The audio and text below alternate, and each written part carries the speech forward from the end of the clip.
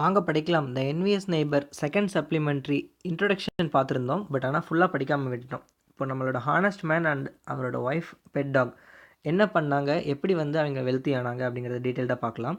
For example, in the old days, பழைய நாட்களில், there lived an honest man with his wife. அவரது மனைவியுடன் ஒரு நேர்மையான மனிதர் வாழ்ந்தார். அவர்களுக்கு ஒரு பெட் டாக் இருந்தது, செல்ல நாய் இருந்தது. Who had a pet dog which they used to feed with fish. அந்த பெட் டாய்க்கு வந்து அவங்க வந்து மீன் வந்து உணவாக கொடுப்பாங்க. And titbit from their own kitchen, சமையலறையில் இருந்த சில மிச்சமான ஃபுட்ஸை வந்து தருவாங்கன்னு வச்சுக்கலாமே. டிட் பிட் அப்படின்னா என்ன உங்களுக்கு தெரிஞ்சுன்னா கீழே கமெண்ட் பண்ணுங்கள் பார்க்கலாம். ஓகே, ஒரு ஹானஸ்ட் மேன் அவரோட ஒய்ஃப் கூட பெட் டாகோட வாழ்ந்துட்டு இருந்தார். One day as the old folks went out, ஒரு நாள் வந்து அந்த பழைய தாத்தா பாட்டி வந்து வெளியே போனாங்க. எங்கன்னா to work in their garden, அவங்களோட கார்டனில் வந்து தோட்டத்தில் வந்து வேலை செய்கிறதுக்கு. The dog went with them, அவங்க கூடயே நாயும் கூட போச்சு. அண்ட் பிகேன் பிளேயிங் அபவுட், கூட விளையாட ஆரம்பிச்சுது. All of a sudden the dog stopped short, திடீர்னு சிறிது நிறுத்திட்டு அண்ட் பிகேன் டு பார்க், குலைக்க ஆரம்பிச்சுது. பவ் வவ் வவ் அப்படின்ட்டு. வேகிங் ஹிஸ் டெய்ல் வைலண்ட்லி, அவரோட நாயோட வாழை வந்து வலுவாக, வைலண்ட்லினா வலுவாக ஆட்டிக்கிட்டே வந்து இட் பிகேன் டு பார்க், குறைக்க ஆரம்பிச்சுது. பவ் வவ் வவ் அப்படின்ட்டு. The old people thought that, அந்த பழைய வயசான தாத்தா பாட்டி என்ன நினச்சாங்க அப்படின்னா, there must be something nice to eat under the ground, அந்த கிரவுண்டுக்கு அடியில் வந்துட்டு நிலத்துக்குள்ளே வந்து ஏதாவது வந்து நைஸான சாப்பாடு ஏதாவது இருக்கணும், அதாவது நாய் சாப்பிட்ற மாதிரி ஏதாவது ஒன்று இருக்கணும், அதனால தான் இது வந்து இப்படி கத்திகிட்டு இருக்கு அப்படின்னு சொல்லிட்டு, குலைச்சிட்ருக்குன்னு சொல்லிட்டு. So they brought a spade and began ticking, ஒரு ஸ்பேடை கொண்டு வந்து தோண்ட ஆரம்பித்தாங்க.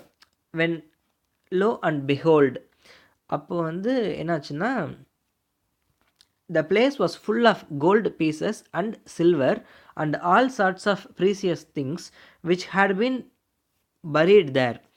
அங்கே என்னாச்சுன்னா, the place was full of gold pieces, அங்கே வந்து அவங்க தோண்டும்போது என்ன கிடச்சிதுன்னா, கோல்டு பீசஸும் சில்வரும் கிடச்சிது. And all other sorts of precious things, நிறைய விலை மதிப்பற்ற விஷயங்கள் வந்து அங்கே கிடச்சிது.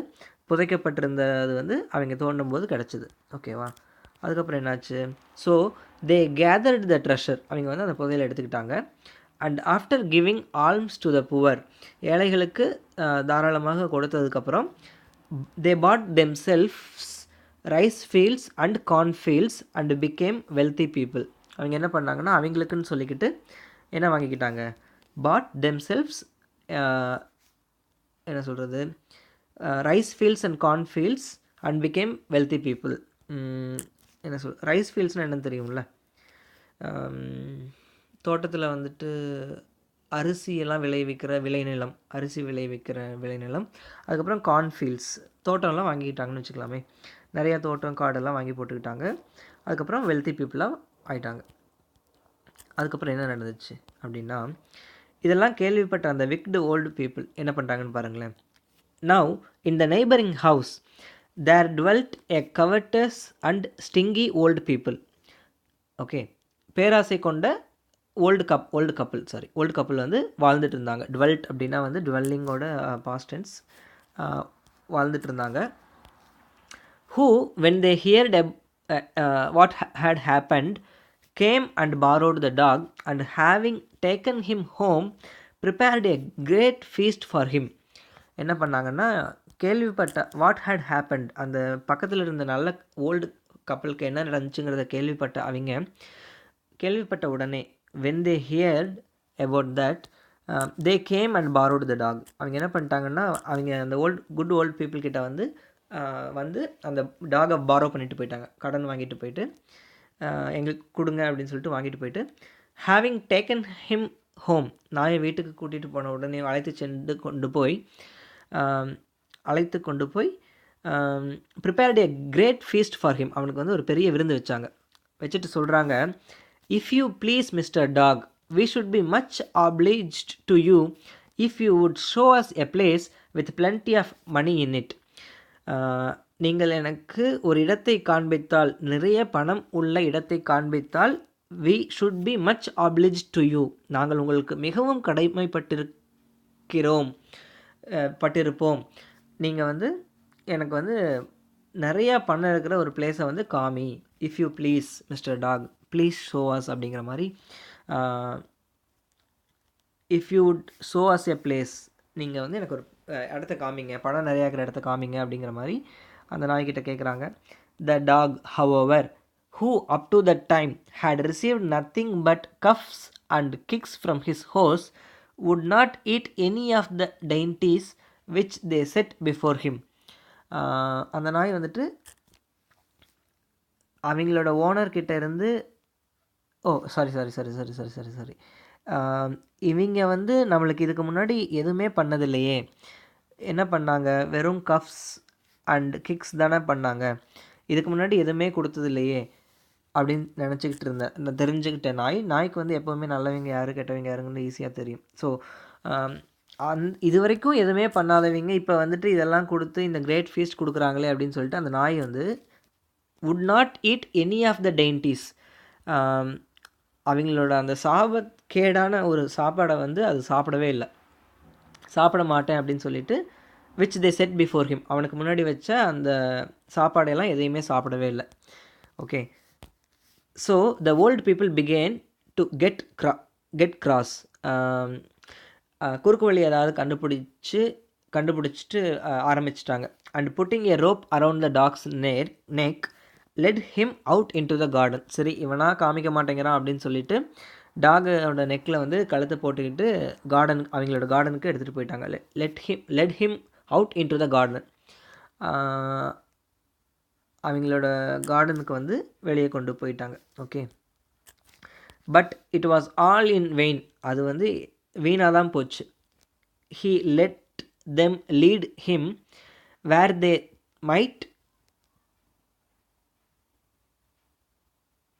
not a sound would the dog utter. He let them lead him where they might. என்னாச்சுன்னா அந்த டாக் வந்துட்டு அவங்க எங்கே கூட்டிகிட்டு போகணுன்னு நினச்சாங்களோ அங்கே தான் போச்சே தவிர அதுவாகவே எங்கேயுமே போய் எந்த ஒரு சின்ன ஒரு சத்தம் கூட போடவே இல்லை. ஓகேவா, அவங்க எங்கே கூட்டிகிட்டு போகிறாங்களோ கூட்டிகிட்டு போகட்டும் அப்படிங்கிற மாதிரி அவங்க கூட போயிட்டு இருந்துச்சு. he had no bow for them. அவங்களுக்கு வந்துட்டு அது வந்து எந்த சத்தமும் போடலை, எங்கேயுமே காமிச்சு கொடுக்கல. at last however the dog stopped at a certain spot. கடைசியாக ஒரு இடத்துல வந்து அந்த டாக் நின்றுச்சு. and began to sniff. அந்த இடத்துல மோந்து பார்க்க ஆரம்பிச்சது. So thinking that this must surely be the lucky place, they dug and found nothing. அவங்க வந்துட்டு நினச்சிக்கிட்டாங்க இதுதான் வந்து அந்த லக்கி பிளேஸாக இருக்கும் அப்படின்னு நினச்சிக்கிட்டு அவங்க அங்கே தோண்டி எடுத்தார்கள். அண்ட் ஃபவுண்ட் நத்திங், ஒன்றுமே காணப்படவில்லை. ஓகேவா, என்ன கிடச்சிதுன்னா but a quantity of dirt and nasty offal, ஏதோ மோசமான சம்திங் கிடச்சிருக்கு அண்ட் அழுக்கு தான் கிடச்சிருக்கு. Okay, over which they had to hold their noses. அவங்க வந்து அதெல்லாம் பார்த்துட்டு மூக்க மூடுற அளவுக்கு தான் வந்து இருந்துச்சு, அந்தளவுக்கு நாத்தம் தான் இருந்துச்சு, எதுவுமே கிடைக்கல. ஃபியூரியஸ் அட் பீயிங் டிசப்பாயிண்டட், அவங்க ஏமாற்றம் அடைந்த நிலையில் த விக்ட் ஓல்டு கப்பிள் சீஸ்ட் த டாக், அந்த நாயை பிடித்து அண்ட் கில்ட் ஹிம், கொன்னுட்டாங்க. ஓகேவா, when the good old man saw that the dog whom he had lent did not come home, அந்த குட் ஓல்டு மேன் வந்து அவன் கொடுத்த நாய் திரும்பி வராததுனால he went next door to ask what had become of him, அந்த நாய்க்கு என்ன ஆச்சு அப்படின்னு சொல்லிட்டு அந்த பக்கத்து வீட்டுக்குள்ளே போய் கேட்குறாங்க. அந்த விக்டு ஓல்டு மேன் ஆன்சர்டு, அந்த பழைய கப்பல் ஓல்டு மேன் சொல்கிறாரு, துன்மார்க்கன், விக்டு அப்படின்னா துன்மார்க்கன் அப்படின்னு ட்ரான்ஸ்லேட் ஆகுது. அவன் சொல்கிறான் that he had killed the dog and buried him at the root of a pine tree, கொன்று இந்த பைன் ட்ரீக்கு கீழே புதைச்சிட்டோம் அப்படிங்கிற மாதிரி சொல்கிறான். So the good old fellow with a heavy heart went to the spot and having set out a tray with delicate food, he burnt incense and adorned the grave with flowers. as he shed tears over his lost pet. Okay, இந்த இடத்துல ஒரு பெரிய statement. என்ன நடக்குதுன்ட்டு நம்ம சின்ன சின்ன ஃப்ரேஸாக புரிஞ்சுக்க try பண்ணலாம். So the good old fellow, அதனால் எனவே அந்த பழைய அந்த சகா என்ன பண்ணாருன்னா, வித் எ ஹெவி ஹார்ட், கனமான ஒரு இதயத்தோட, வென்ட் டு த ஸ்பாட், அந்த இடத்துக்கு போகிறார். Okay, and having set out a tray with delicate food, ஒரு மென்மையான உணவை கொண்டு போய் தட்டில் வச்சு, he burnt incense. He burnt இன்சென்ஸ்னால் காட்டினான், கல்லறையை அலங்கரித்தார் அப்படிங்கிறாங்க. Adorned the grave with flowers அப்படின்னா வந்து அந்த கல்லறையை வந்து ஃப்ளவர்ஸால் அலங்கரிக்கிறாரு. அண்ட் ஹி பர்ன்ட் இன்சென்ஸ் அப்படின்னா துன்பம், தூப்பாங்காட்டினான் அப்படின்ட்டு வருது. அதாவது ரொம்ப கவலை விடுறாருன்னு வச்சுக்கலாமே. as he shed tears over his lost pet, அவர் இழந்த அந்த பெட் டாக்காக கண்ணீர் விட்டு அவரோட துன்பத்தை வந்து காமிச்சிட்டு அலங்காரம் பண்ணிவிட்டு இறுதி சடங்கு செய்கிறார்.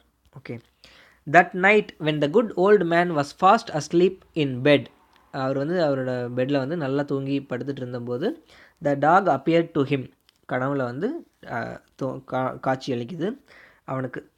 டாக் தோன்றி, after thanking him for all his kindness, அவர் அவ்வளோ அன்பாக பார்த்துக்கிட்டதுக்காக ரொம்ப தேங்க் பண்ணிவிட்டு, said, cause the pine tree under which I am buried to be cut down and made into a mortar and use it, thinking of it as if it were myself. Mortar அப்படின்னா என்ன அப்படிங்கிறத வந்து பார்த்துட்டு நம்ம next வீடியோவில் இந்த supplementary ரீடிங்கை continue பண்ணலாம். தொடர்ந்து படிங்க, நல்லா படிங்க, புரிஞ்சு படிங்க. வாங்க படிக்கலாம்.